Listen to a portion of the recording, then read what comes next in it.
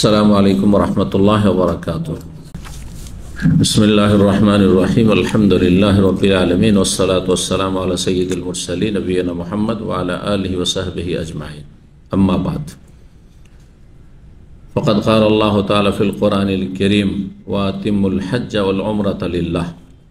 সম্মানিত ভাতৃমণ্ডলী, আল্লাহ রাব্বুল আলামিনের প্রশংসা এবং রাসূলুল্লাহ সাল্লাল্লাহু আলাইহি ওয়াসাল্লামের উপর সালাতু ওয়া সালামের পর আজ জুমাবার 18ই জিলকাদা 1446 হিজরি মোতাবেক 16 মে 2025 এই বছরের সামনে মাত্র কয়েকদিন পরে বাইতুল্লাহর হজ শুরু হচ্ছে।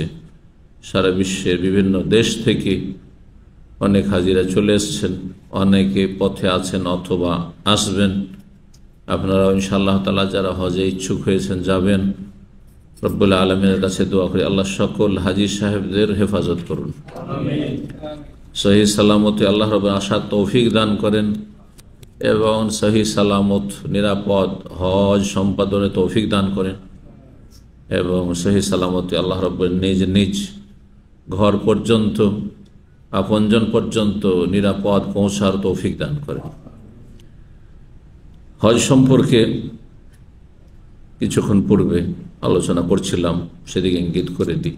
সেটা হচ্ছে যে হজ সম্পর্কে আমাদের সব রকমের আলোচনা আছে, সংক্ষেপে আছে, মধ্যম রকমের আলোচনা আছে, আবার বিস্তারিত আছে।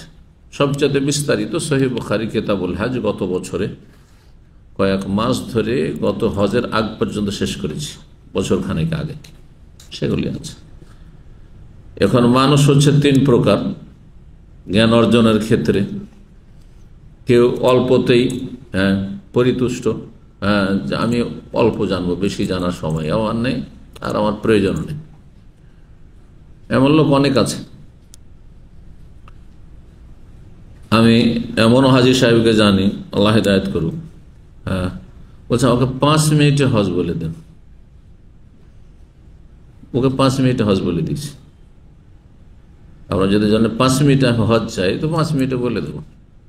যেগুলি একেবারে জরুরি কম্পালসারি ওইটুকু বলে দেবো, বাকি আপনি সুন্নত করলেন না করলেন সেটা আপনি বুঝবেন। আপনার হজের কোয়ালিটি কেমন হইল সেটা আপনি বুঝবেন। কথা বুঝতে পারছেন না? 5 মিনিটে তো আর সব কিছু বলা যাবে না।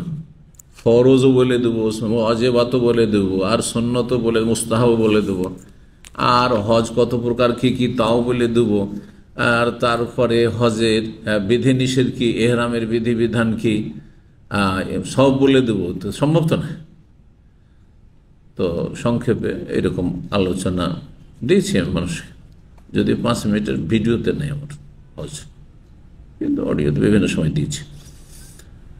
হজের ময়দানে এসে বলছে যে আমি পড়েছি শুনেছি, কিন্তু আমি সংক্ষেপে একটু চাই। অত আয়ত্ত রাখতে পারেন না, মানুষ তো বিভিন্ন স্তরের আছে।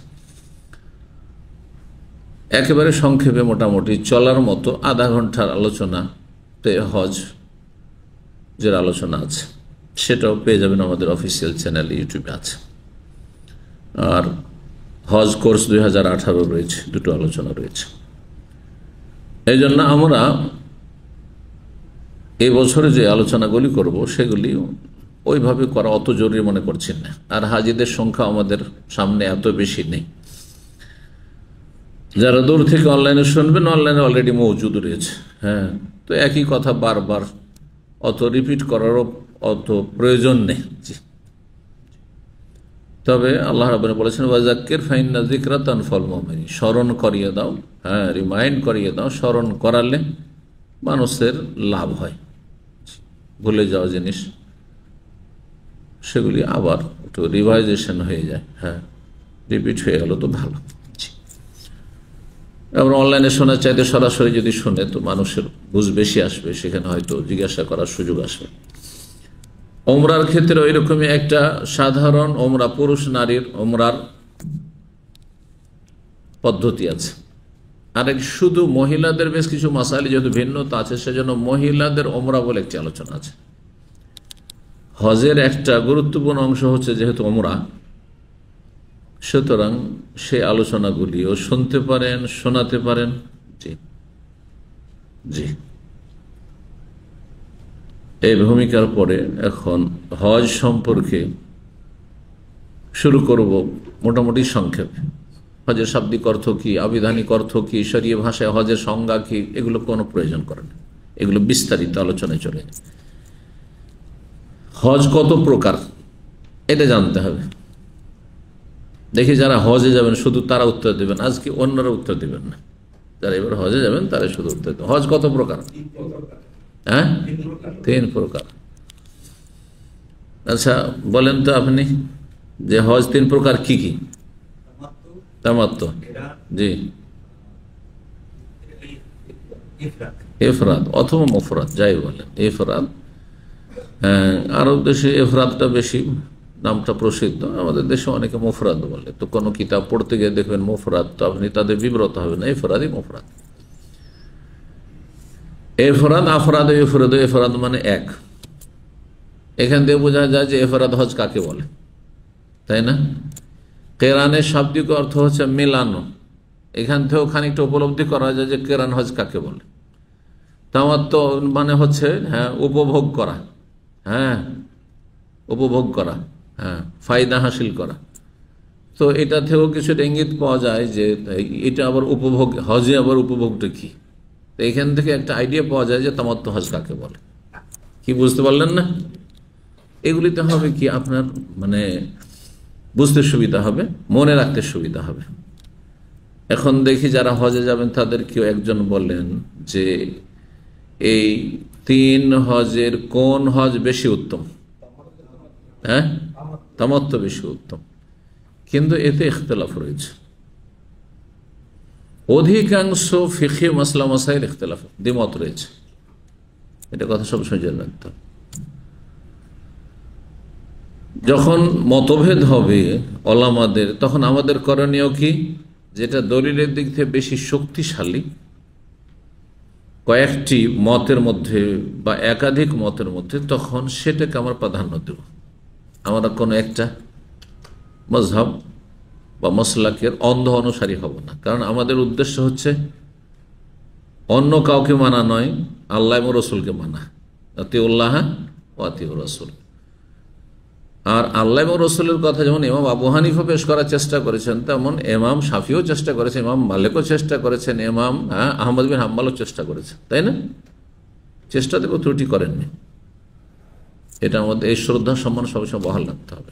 যারা কোরআন সুন্নাহর আলেম, ইমাম বা আলেম, তারা সবাই আপন আপন জায়গা থেকে চেষ্টা করেছে। কিন্তু চেষ্টা করলেই যে সবাই একেবারে 100% পুরোপুরি একবার নির্ভুল হয়ে যাবে, এটা একমাত্র রাসূলুল্লাহর জন্য, তাই না? আম্বিয়া রসুল ছাড়া কেউ ভুলের ঊর্ধ্বে না। তো ইজতিহাদে ভুল হয়েছে, এই জন্য কখনো 2 মত হয়েছে, কখনো 3 মত হয়েছে, কখনো 4 মত হয়েছে মাসলায়। তো হজ যে 3 প্রকার, 3টি মত হয়ে গেছে। বুঝতে পারছেন কোনটা উত্তম নিয়ে? একদল বলছেন হজে তামাত্তু উত্তম, আর একদল বলছেন হজে কেরান উত্তম, আর একদল বলছেন হজে ইফরাদ উত্তম। এমনকি হজে ইফরাদকে উত্তম বলা হয়েছে। 3টি মতের মধ্যে দুর্বল মতটিকেও শক্তিশালী বলা হয়েছে। আর প্রত্যেকে আপন আপন জায়গা থেকে দলিল পেশ করেছেন অথবা যুক্তি পেশ করেছেন। দলিল 2 রকম, একটা কোরআন হাদিসের দলিল, একটা যুক্তি দাঁড় করা। দলিলে কিছুটা ঘাটতি থাকলো, যুক্তি দিয়ে সেটাকে শক্তিশালী করার চেষ্টা করা হয়েছে অনেক সময়।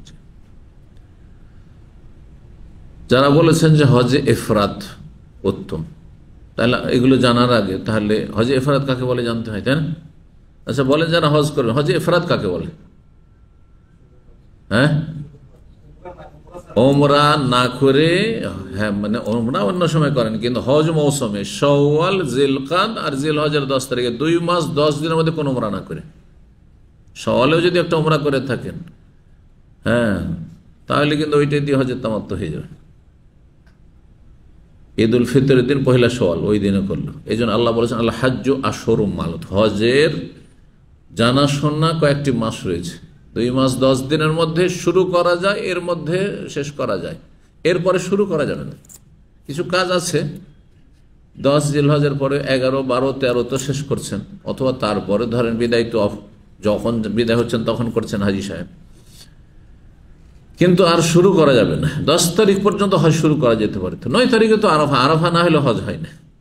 তো 10 তারিখে শুরু করা যায় যে বললাম, এটা তাহলে বুঝতে হবে না। কে বোঝাইতে পারে এটা দেখি? কে কে হজ করেছেন একটু এর আগে? হ্যাঁ, হজ করেছেন, বোঝান দেখি এটা, যে 10 তারিখে হজ শুরু করে হজ আপনার হয়ে যাবে। যদি এমন পরিস্থিতি হয় যে আগে পৌঁছতে পারলেন না, 8 তারিখে মেনা যেতে হয়তো সুন্নাত, সেটাও পারলেন না, 9 তারিখে দিনের বেলা আরাফা যেতে, সূর্য ডুবে গেলে তো 9 তারিখ শেষ, 10 তারিখে রাত শুরু হয়ে গেল। 10 তারিখেও যদি আপনি হজে চলে যেতে পারেন, আর আল হাজ্জ আরাফা মানে আরাফায় চলে যেতে পারেন এক মুহূর্তের জন্য, তো হজ হয়ে যাবে। এটা কে বুঝাইতে পারবেন? হ্যাঁ, কারো জানা আছে? এগুলো হচ্ছে সূক্ষ্ম ইলম। যদি এমন কোনো কিছু হয় যে আপনি বাধাগ্রস্ত হলেন, অসুস্থ হয়ে হাসপাতালে ভর্তি আছে, অনেক হাজিরা হাসপাতালে ভর্তি থাকে, হাসপাতাল ভর্তি থাকে, হাজার হাজার হাজিরা হাসপাতালে বেডে থাকে, তাদেরকে অ্যাম্বুলেন্সে করে নিয়ে যাওয়া হয়। আমরা আরাফার দিন আমরা দেখেছি, যেহেতু দীর্ঘ সময় আমরা হজে থেকেছি, তো এদেরকে নিয়ে গিয়ে সরাসরি আরাফা নিয়ে যাওয়া হয়।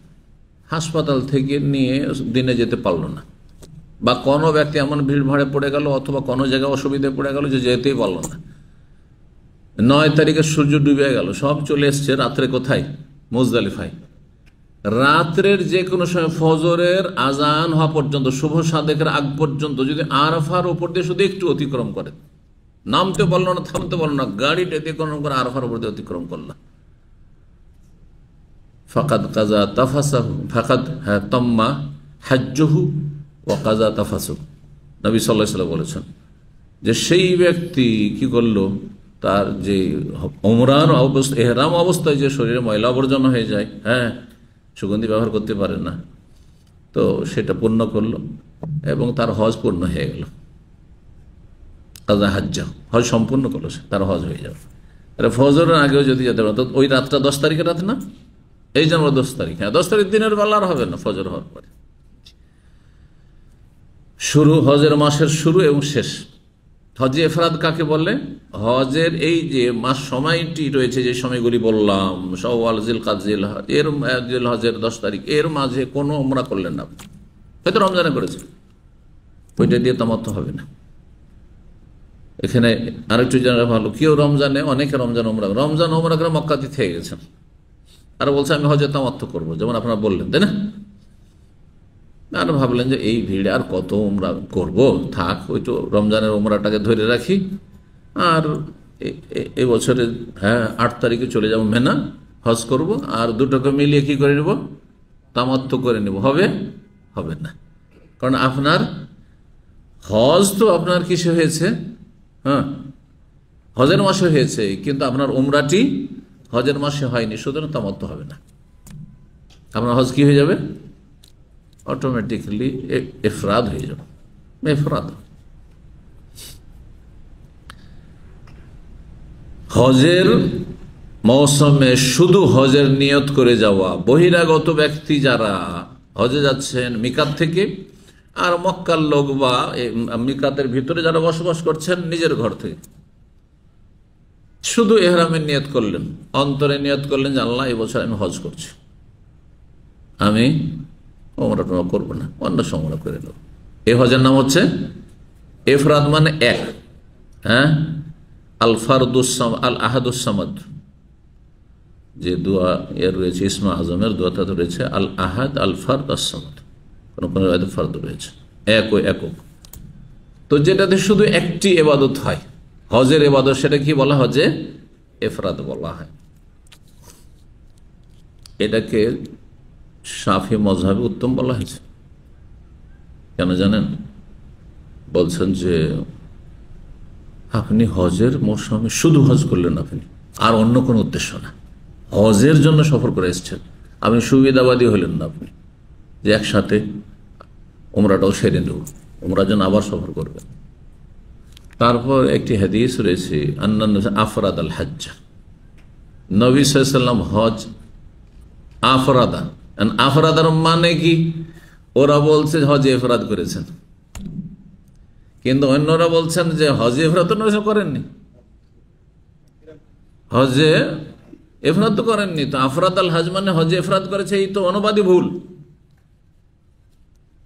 নবী সাল্লাল্লাহু আলাইহি ওয়াসাল্লাম আফরাদ আল হজের একটি অর্থ জীবনে একটি হজ করেছে, জীবনে একটি হজ করেছেন, 2 বার হজ করেছেন। দেখেন, এক স্ত্রী আফরাদ আজ-জাওজা, একটা স্ত্রী নিয়েছেন, গ্রহণ করেছেন, মাসনা ইসনাইন থেকে, সোলাসা সালাসা থেকে, তাই না? তো আফরাদ আল হজ্জার সহি অর্থ হাদিস ওনার কিতাবে তো রয়েছে, হাদিস সহি, কিন্তু তার মানে জীবনে একটি হজ করেছেন মাত্র, ইসলামী জীবনে। জি, হজ ফরজ হওয়ার পরে একটি হজ করেছেন মাত্র।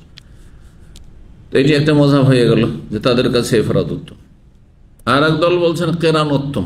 যারা বলছেন কেরান উত্তম, তাদের কথা হলো যে নবী সাল্লাল্লাহু আলাইহি ওয়াসাল্লামের আমলের দিক দিয়ে দেখছি যে নবী সাল্লাল্লাহু আলাইহি ওয়াসাল্লাম কি করেছেন, কেরান করেছেন।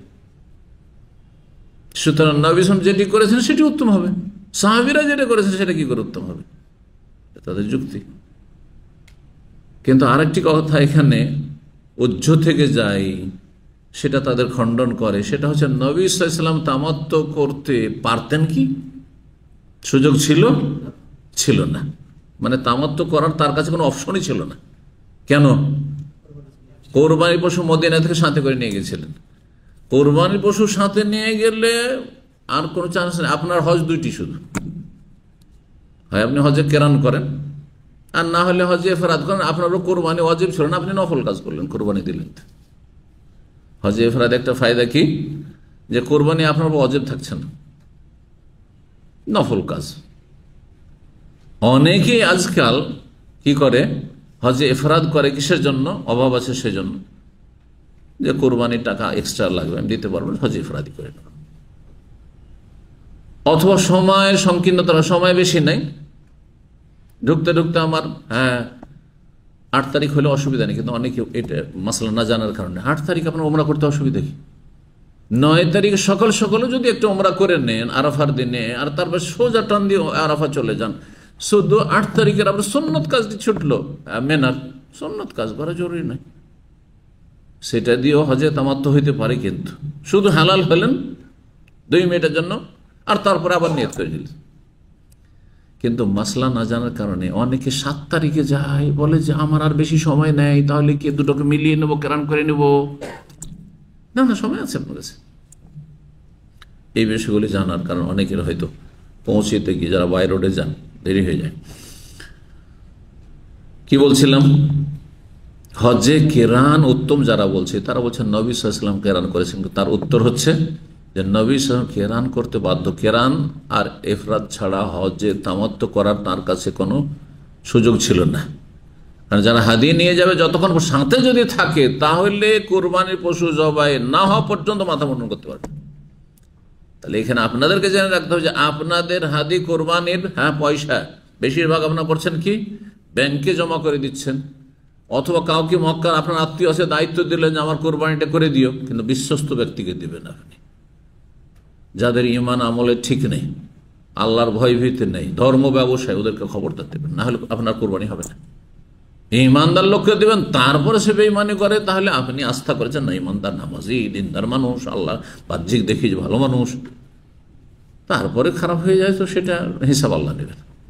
কিন্তু একটা বেনামাজিকে সে বলল, দেশের মানুষ দেশি কোরবানি দিবেন, কত ব্যাংকে 700 লাগছে, আমাকে 300 দিলেই হবে, ও তো 300 খেয়ে নিবে, কথা বুঝতে পেরেছেন?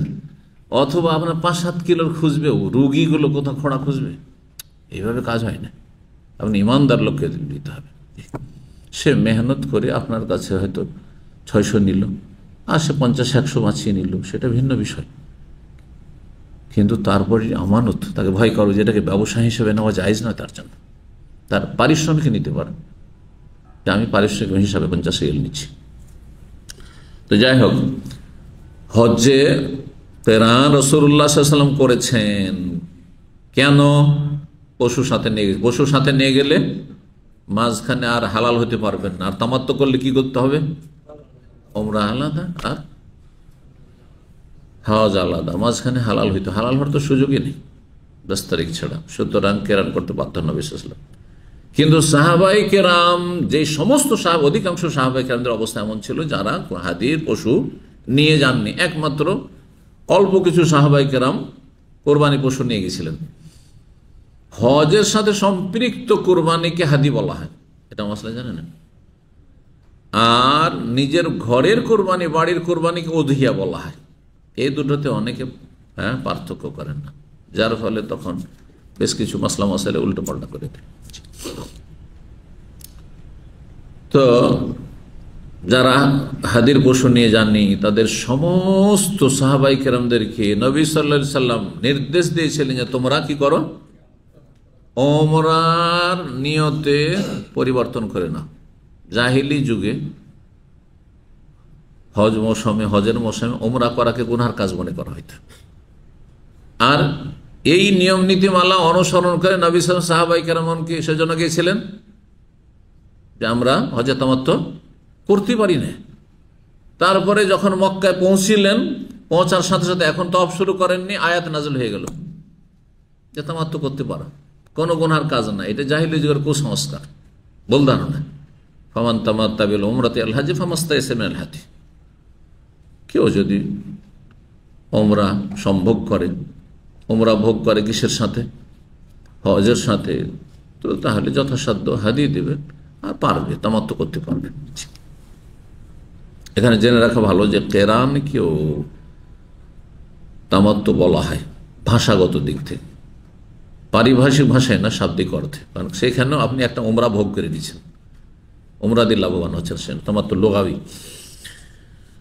তো যখন তামাত্তুর অনুমতি হয়ে গেল, সাহাবায়ে কেরাম সবাইকে বললেন যে তোমরা এখন বাইতুল্লাহ তওয়াফ করো, সাফা মারওয়া সাই করা, চুল ছোট করো। মাত্র কয়েকদিন যেহেতু আছে, এই সময় চুল ছোট করে, যদি বেশি সময় না থাকে হজে তামাত্তু করে মাথা মুন্ডন করবেন না। কিন্তু এটা মশলা আপনাদের জন্য জরুরি, কারণ আমরা যাবেন এখান থেকে 5 তারিখ 6 তারিখে জিলহজে, আর তারপরে গিয়ে আপনার 10 তারিখ হইতে মাত্র 3 দিন বা 4 দিন থাকবে। 3-4 দিনে তো চুল বড় হবে না। যদি আপনি উমরা করে আপনি মাথা মুন্ডন করে নেন, তো 10 তারিখে তো চুলই পাবেন না আপনি, তো শুধু এমনি বেলেট চালাবেন, তার চাইতে ভালো। অথচ আপনার হজের ইবাদতটা বেশি বড় ইবাদত ছিল। এই জন্য এই ক্ষেত্রে, শুধু এই ক্ষেত্রে চুল ছোট করা উত্তম, এই উমরাতে মাথা মুন্ডন না করে। কিন্তু এমনি সময় যে কোনো উমরাতে মাথা মুন্ডন করা চুল ছোট করার চাইতে বেশি উত্তম। 3 গুণ, 3 বার করে দোয়া দিয়েছেন রহমতের নবী সাল্লাল্লাহু আলাইহি ওয়াসাল্লাম। 4র্থবারে দোয়া দিয়েছেন চুল ছোটকারীকে। চুল ছোট যারা করেন তারা গোটা মাথা থেকে করতে হবে, ওই একটু একটু একটু করে নিলে হবে না, এ দিয়ে আদায় হবে না অজে। তো এই ছিল কেরানের কথা বলছিলাম, তাই না? তো কেরান মানে কেরানের শাব্দিক অর্থ যেহেতু মিলানো, তো কেরান কাকে বলে তাহলে? যাতে মিকাত থেকে অথবা মিকাতের ভিতরে যারা বসবাস করছে, নিজের ঘর থেকে, নিজের বাড়ি থেকে, যেখানে বসবাস করে সেখান থেকে হজ উমরা দুটোর একসাথে নিয়ত করা। আর একসাথে নিয়ে চলবেন। দিয়ে হজ শুরু হবে কি দিয়ে? বাইতুল্লাহর তওয়াফ করবেন। হজে কেরানে বাইতুল্লাহর তওয়াফ যে প্রথম তওয়াফের নাম হচ্ছে তওয়াফে কদুম, এটা মুখস্থ রাখেন। প্রথমে তওয়াফের নাম হচ্ছে তওয়াফে কদুম, সে হজে কেরানে হোক আর তামাত্তুতে হোক আর ইফরাদে হোক। হজে তামাত্তুতে শুধু এই তওয়াফে কদুম ফরজ, কারণ সেটা যেহেতু কিসের উমরা, কিসের তওয়াফ, ওমরার তওয়াফ, সেজন্য। আর ওমরা যেহেতু সেপারেট হচ্ছে, তো ওমরা সেটি রুকুন, ফরজ হয়ে গেল।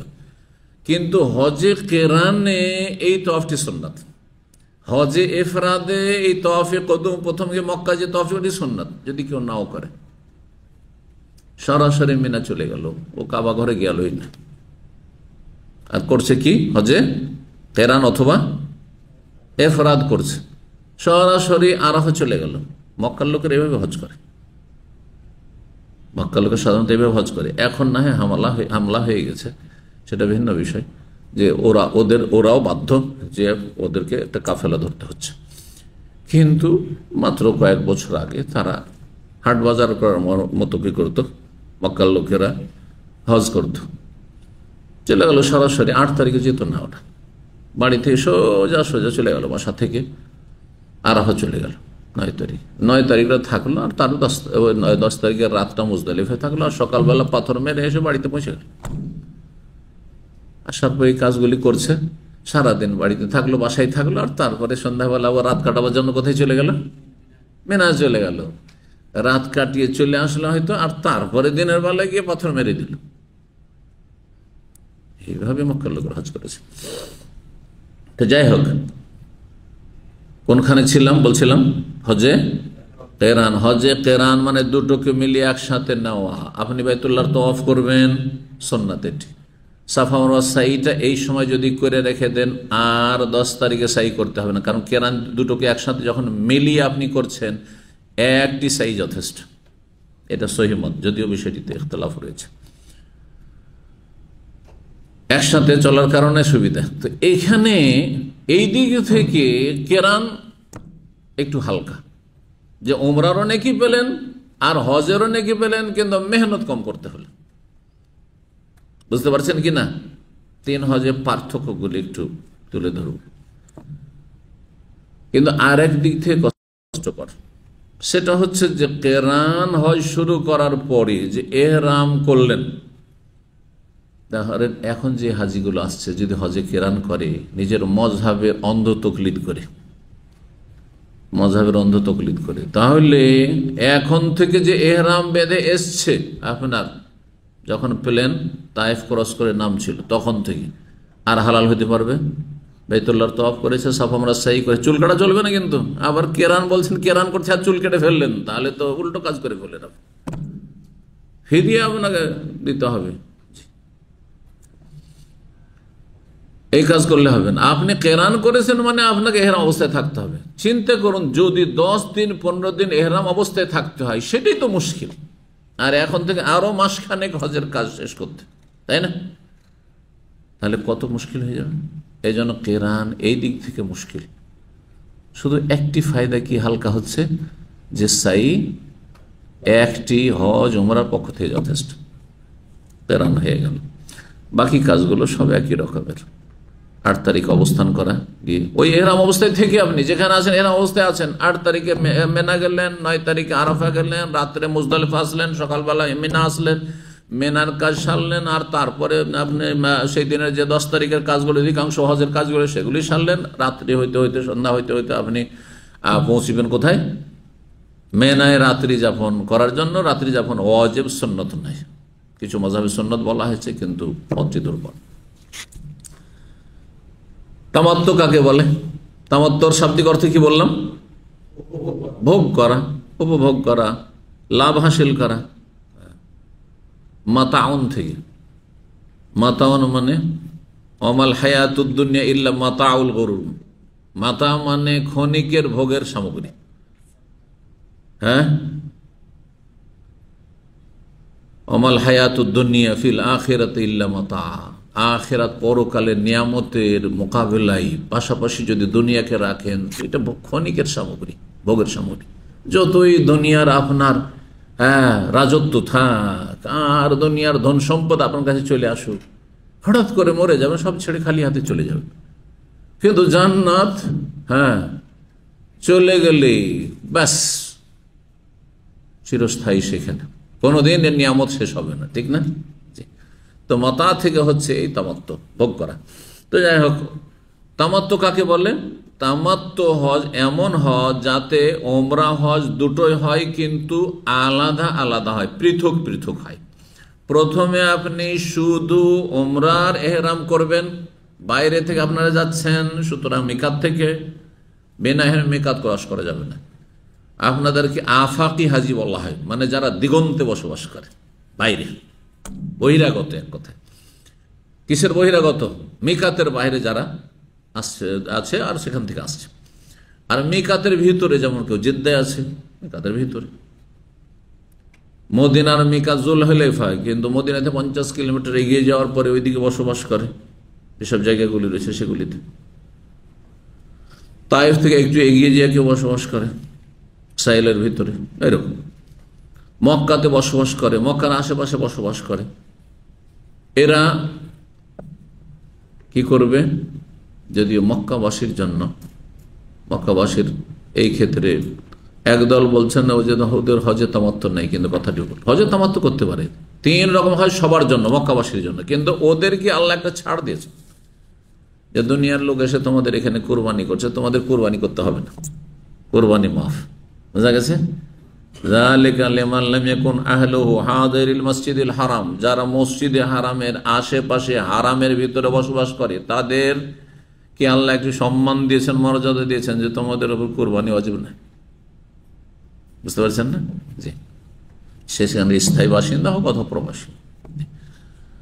তো আপনি তামাত্তুতে কি করবেন তাহলে?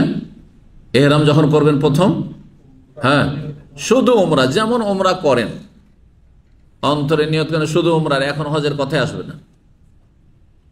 আর বলবেন আল্লাহুম্মা লাব্বাইক উমরাতান, কিছু কিছু হাদিস দ্বারা প্রমাণিত হয়। তার সাথে যেহেতু হজ করবেন কয়দিন পরে, যদি বলেন আল্লাহুম্মা লাব্বাইক উমরাতান মুতামাত্তিআন বিল হজ, আল্লাহ আমি এমন উমরাতে হাজির হয়েছি যে উমরা দিয়ে আমি তামাত্তু হজ করব,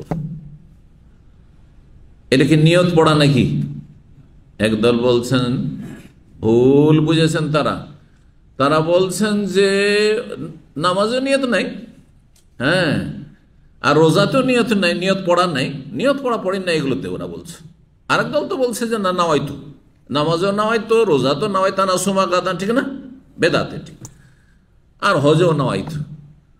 কিন্তু আরেক দল কি করেছে, ভুল বুঝেছে, ওরা বলছে যে নামাজ, রোজা, যাকাত এগুলোতে, জিকির, আজকার এগুলোতে নাওয়াইতো পড়া নাই, কিন্তু হজ উমরাতে কি আছে, নিয়ত পড়া আছে।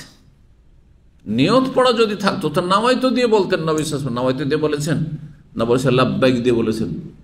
আল্লাহ হাজির হয়েছে, আল্লাহ নিয়ত করেছি নয়। সুতরাং কেউ যদি বলে যে আল্লাহুম্মা ইন্নী নাওয়াইতুল উমরা, আল্লাহুম্মা নাওয়াইতুল হাজ্জ, তো বেদাত। ওই রকমের নাওয়াইতো আন ওসাল্লিয়া যদি কেউ বলে, নাওয়াইতো আন আসুমা গাদান যদি বলে, যেমন বেদাত। নিয়ত পড়া এক কথায় বেদাত। তাহলে লাব্বাইক উমরাতান উচ্চারণ করা, এটি নিয়ত উচ্চারণ করা নয়। তাহলে এটি কি? তাহলে এই ক্ষেত্রে শুধুমাত্র কি আছে, এবাদতের নির্দিষ্টকরণ। যেহেতু আমার কাছে এবাদত 3 রকমের আছে, মানে হজ 3 রকমের আছে, আমি কোন হজটা করছি এটা অন্তরে আছে, তার সাথে নির্দিষ্ট করার জন্য নবী সাল্লাল্লাহু আলাইহি ওয়াসাল্লামের সুন্নাহ এটি। তারপরে এটি সুন্নত। আসল নিয়ত কোথায়? যে নিয়ত করা ফরজ সেটা হচ্ছে কলবের, হৃদয়ে, মুখে উচ্চারণ করি, কোনো নিয়ত নেই। আমরা দুনিয়ার কোনো নিয়তই মুখে উচ্চারণ করি না। দিনের কাজ হোক, দুনিয়ার কাজ হোক, যে কোনো মানুষ, ভালো মানুষ হোক আর মন্দ মানুষ হোক, ভালো কাজের নিয়ত করে, মন্দ কাজ নিয়ত করে। যে চুরি করবে সে চুরি করার নিয়তই বেরিয়েছে রাতের অন্ধকার, ঠিক না? ছিনতাইকারী রাস্তা ওত পেতে বসে আছে, ছিনতাই করার জন্য ওই নিয়তই বসে আছে। নিয়ত সবাই করে, একমাত্র কে নিয়ত করে না? হ্যাঁ, দেখি আপনাদের কতটা জ্ঞান আছে। হ্যাঁ, নামাজি। কার নিয়ত নেই একমাত্র? এইখানে আপনারা এসছেন, নিয়ত করে আসেননি যে আজকে মাগরিবে, কারণ গত সপ্তাহে তো আসেন, কারণ কিছুদিন বন্ধ ছিল আমাদের দার্সের জন্য। নিয়ত করেছে আজকে দার্সের ঘোষণা হয়েছে, দার্সে বসবো, সেই জন্য এলেম শিখবো, তাই না? নিয়ত সবার আছে, একমাত্র পাগলের নিয়ত নেই। পাগল কোনো কিছু নিয়ত, কারণ ওর তো যার বিবেক আছে, হ্যাঁ, ব্রেন বুদ্ধি কাজ করছে, তার অবশ্য নিয়ত আছে। কেন আমি উঠলাম, কেন বসলাম, কেন আমি লিফটে ওপরে যাচ্ছি, কেন নিচে, সব নিয়ত আছে। কার নিয়ত নেই? বিনা নিয়তে পাগল শুধু চলাফেরা করে, খেলেও নিয়ত করে না, আর দুনিয়া করলেও নিয়ত করে না। ধর্মীয় কাজও যদি একটা পাগল মসজিদে ঢুকে যায়, আপনার মধ্যে দেখছেন একটু নামাজ পড়ছে, সেটাও বিনা নিয়ত, কোনো নিয়ত নেই তার। সংকল্প, নিয়ত মানে অন্তরের সংকল্প, একমাত্র পাগলের হয় না। তো বিদাতীরা যে বলে যে এরা নিয়তই করে না, এটা তাদের অজ্ঞতা। তাদের ওলামারা বুঝেছেন, কিন্তু তাদের জাহেলরা বুঝেনি, তাদের কাঠমোল্লাগুলো বুঝেনি। তাদের বড় বড় ওলামায়ে কেরামগণ বলেছেন, আর নিয়ে আজিমাতুল কলব, নিয়ত হচ্ছে অন্তরের সংকল্পের নাম। মনে যে সংকল্প হয়, হ্যাঁ হ্যাঁ, সেটার নাম নিয়ত। জি, এই জন্য আপনারা বলছেন দুনিয়ার ক্ষেত্রে, ভাই নিয়ত আছে যে কোরবানির 1 সপ্তাহ আগে দেশে যাব। আবার কেউ বলছেন নিয়ত আছে এই গরমটা চলে যায়, এত গরমে দেশে থাকতে পারবো না, ঠান্ডা পড়লেই দেশে যাব। নিয়ত পড়েন নাকি? সব নিয়ত আছে, দুনিয়া সব নিয়ত করে। তো এটি একটি বিষয় হয়ে গেল। তাহলে হজ 3 প্রকারের আলোচনা মোটামুটি হয়ে গেল, তাই না? কি? হজে তামাত্তু, হজে কেরান, হজে ইফরাদ। হজে তামাত্তু তো ওমরা যখন সেরে নিলেন, ওমরার যে কাজগুলি আছে, বাইতুল্লাহ তওয়াফ করলেন, সাফা মারওয়া সাই করলেন, তার আগে ইহরাম করেছেন, বাইরে থেকে আসলে মিকাত থেকে, আর না হলে যেখানে আছেন সেখান থেকে। আর তারপরে হ্যাঁ, চুল ছোট করবেন, এখানে চুল মুন্ডন করবেন না, যেহেতু আপনার হজের নিয়ত আছে। আর বেশি সময় নেই, কিন্তু বেশি সময় যেমন আজকাল যারা চলে এসছে, যথেষ্ট সময়, এখনো 20-25 দিন সময় আছে, সুতরাং তাদের জন্য মাথা মুন্ডন করে উত্তম। 20-25 দিনে চুল হয়ে যাবে। জি, বড় ইবাদতের জন্য চুল তখন গজিয়ে যাবে, সুতরাং এদের ক্ষেত্রে বলবো যে এদের মাথা মুন্ডন করে উত্তম। আর তারপরে উমরা করে আপনি হালাল হয়ে থাকবেন। এই যে হালাল অবস্থায় থাকলেন, যেই কয়দিনই থাকেন আর কয় ঘন্টায় থাকেন আপনি, এই সময় আপনার জন্য সবকিছু হালাল, যা হালাল সবকিছু হালাল। অর্থাৎ স্ত্রী সম্ভব, হজে স্বামী স্ত্রী এসেছেন, হজে তামাত্তুর জন্য উমরা করা হয়ে গেছে, তারপরে হোটেলে আছেন, স্বামী স্ত্রী মিলন জায়েজ কিনা? জায়েজ, কিন্তু অনেকেই জানে না। কয়েক বছর আগে এক শিক্ষিত মানুষ, শিক্ষিত লোক, 15 দিন প্রায় হয়ে গেছে তাদের স্বামী স্ত্রী এসছে হজে, যুবক মানুষ হজে এসছে, মাশাআল্লাহ, তার মানে প্র্যাকটিস মুসলিম, যৌবনকালে হজে আসতে, তার মানে দিনদারি, মানে এলেমওয়ালা দিনদারি, বুঝে না হলে ও সব কিছু থেকে রিটায়ার হয়েই শেষ বয়সে হজে আসতো, তাই না? এটা হচ্ছে আমাদের দেশের স্বভাব। তো 10-15 দিন যখন হয়ে গেছে, তখন সে আমাকে জিজ্ঞাসা করছে, তার একটু সংশয় হয়েছে যে আসলে এই সময়টা তো হাল আছি, কিন্তু মক্কা আছি, হজে এসছি, চলবে কি চলবে না। এবার শেখ, আমরা তো 10-15 দিন ধরে আছি স্বামী স্ত্রী, তো আমরা কি স্বামী স্ত্রী মিলন করতে পারবো? কেন পারবেন না, অসুবিধা কি? জি, আর এই যে স্বামী স্ত্রী মিলন করতে পারবেন, এইটাকেই আপত্তির দৃষ্টিতে দেখতো জাহিলি যুগের কাফেররা, যার ফলে তারা বলতো যে হজে তামাত্তু করা কি পাপের কাজ, হজে তামাত্তু করা পাপের কাজ। আপনি আল্লাহর ঘর এসছেন হজ করার জন্য, আর আপনি হজে তামাত্তু করবেন, ওমরা করে আপনি হালাল হয়ে থাকবেন, আর স্ত্রী সম্ভব আমোদ ফুর্তি করবেন, আমোদ ফুর্তি করতে এসছেন। তাহলে দেখেন, বাতিল পন্থীদের কাছেও কিছু যুক্তি আছে। মক্কার কাফের, আরব মুশরিক যারা তাদের তরিকে হজ করতো আর শিরকি তলবিয়া পড়তো, তাদেরও কিছু যুক্তি। তো যুক্তি থাকলেই কোনো মত আর কোনো চিন্তা সেটি শক্তিশালী হয় না। দেখতে হবে যে সত্যি কি আসলে সেই যুক্তি কোরআন সুন্নাহ সম্মত কিনা, দলিল সম্মত কিনা। তো হজে তামাত্তুতে কি হয়ে গেল, উমরা হয়ে গেল। আর 8 তারিখ যখন আসলো, তখন কি করবেন? এখন এহরাম করবেন, যেখানে আছেন সেখান থেকে এহরাম করবেন। হোটেলে আছেন হাজী সাহেবরা, তাহলে হোটেলে আপনাকে নিয়ে গিয়ে যদি হোটেলে রাখে, যে আপনি এখান থেকে গেলেন আর উমরাটা করলেন আর তারপরে হোটেল দিয়েছে, তাহলে তো ঠিক আছে, কিন্তু হোটেল দেয়নি ধরেন। আর 7 তারিখে আপনাকে নিয়ে চলে গেছে কোথায়? মেনায় নিয়ে চলে গেছে। এখানকার হাজিদের করে এরকম যে 7 তারিখে অনেক সময় আগে গেছেন, যেহেতু 6 তারিখে পৌঁছে গেছেন, হয়তো অনেকে 5 তারিখ 6 তারিখে চলে যায়, তো খেমাতে সরাসরি নিয়ে রেখেছে। তারপরে খেমাটে বাসা, আপনার খেমাটে তাঁবু, মেনার তাঁবু মেনাতে বাসা। তখন আপনার 7 তারিখে এহরাম করে নেবেন না, করবেন না, কারণ 7 তারিখে তো এহরাম করার সময় হয়নি। 8 তারিখে সকালবেলা গোসল টোসল করে পরিষ্কার পরিচ্ছন্ন এহরাম করবেন। আর এহরাম করা অবস্থায় আপনি জোহর, আসর, মাগরিব, এশা, ফজর পড়বেন।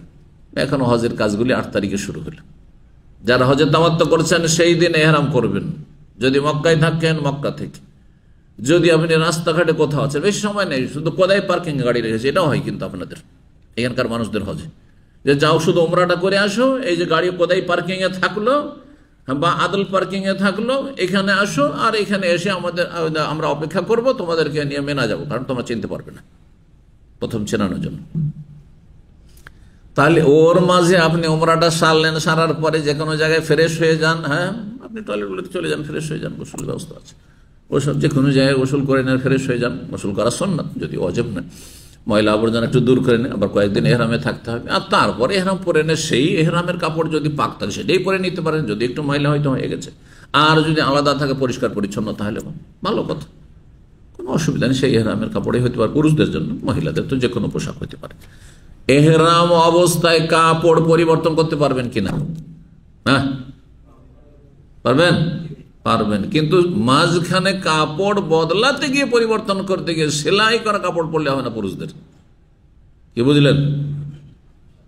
এক এহরাম থেকে আর এক এহরাম করবেন আপনি। কাপড় এইটা এহরাম ময়লা হয়ে গেছে, আর একটা এহরাম পরবো, হ্যাঁ, তো বাথরুমে গিয়ে গোসল টোসল করে ফ্রেশ হয়ে, হ্যাঁ, প্রথমত তাহলে এহরামের কাপড় শরীর থেকে খোলা যাবে, বিবস্ত্র হওয়া যাবে, এটাও মশলা।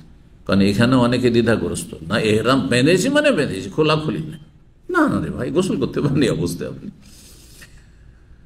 তো তাহলে এহরাম কাপড়ে নেই, এহরাম কিসে আছে? এইখানে আছে। এহরাম আসলে এখানে আছে।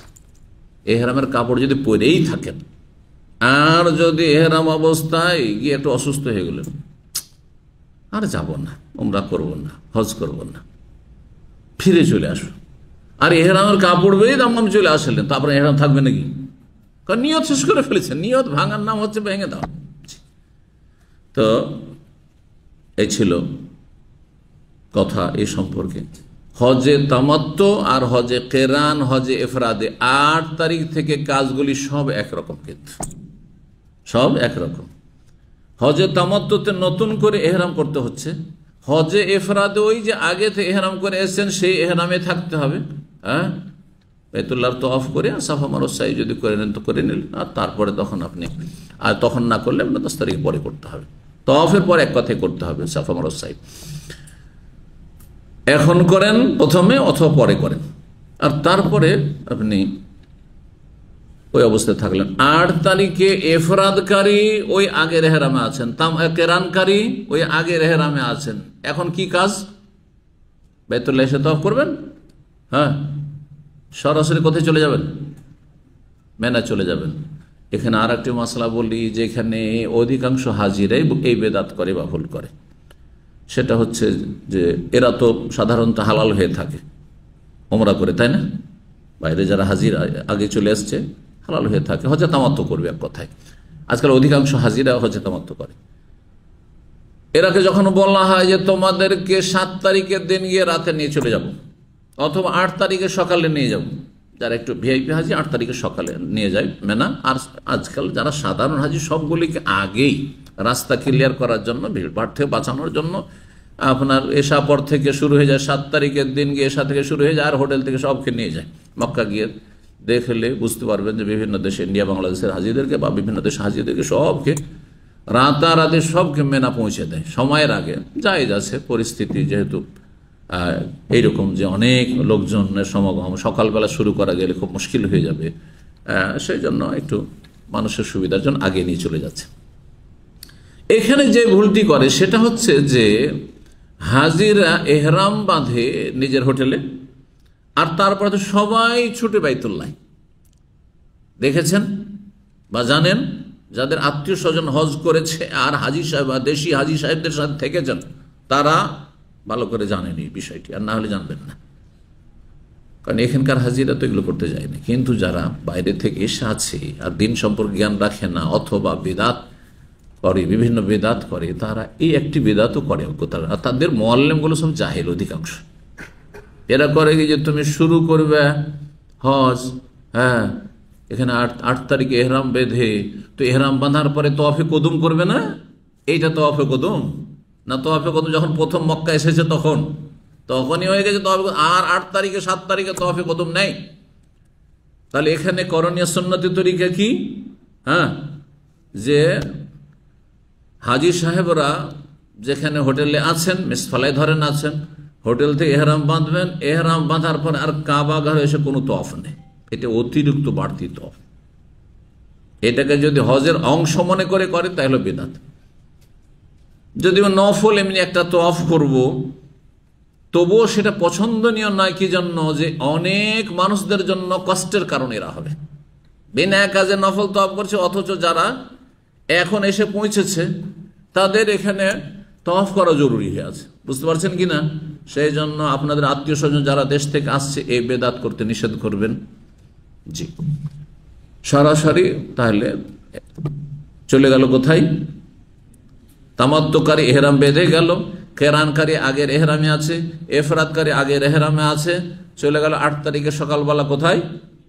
মেনাই। আজকে মেনাই পৌঁছে দিলাম আপনাদেরকে, এতটুকু জানলেন ইনশাআল্লাহ তাআলা। আর বাকি যে বিষয়গুলি রয়েছে ইনশাআল্লাহ আগামী সপ্তাহে আলোচনা হবে। আল্লাহ রাব্বুল আলামিন যেন আপনাদেরকে উপকারী জ্ঞান দান করেন এবং সহিশুদ্ধ আমলের তৌফিক দান করেন। যেসব ভাই বোনেরা হজ করবেন তাদের হজকে কবুল করেন আল্লাহ রাব্বুল আলামিন, সফরকে সহজ করেন। আর যারা হজ করে নিয়েছেন আল্লাহ তাদের হজকে কবুলিয়াত দান করেন এবং হজের পরে ভালো নেক জীবনযাপনে তৌফিক দান করেন, যেটি হজ কবুল হওয়ার ভালো লক্ষণ। আর যারা এখনো হজ করতে পারেননি ফরজ, তাদেরকে আল্লাহ রাব্বুল আলামিন যেন দ্রুত তৌফিক দান করেন এবং তাদের জন্য সহজ করেন, বরকত দান করেন। ওয়া জাযাকুমুল্লাহু খাইরান ওয়া সাল্লাল্লাহু আলা নবিয়িনা মুহাম্মদ ওয়া আলা আলিহি ওয়া সাহবিহি আজমাইন।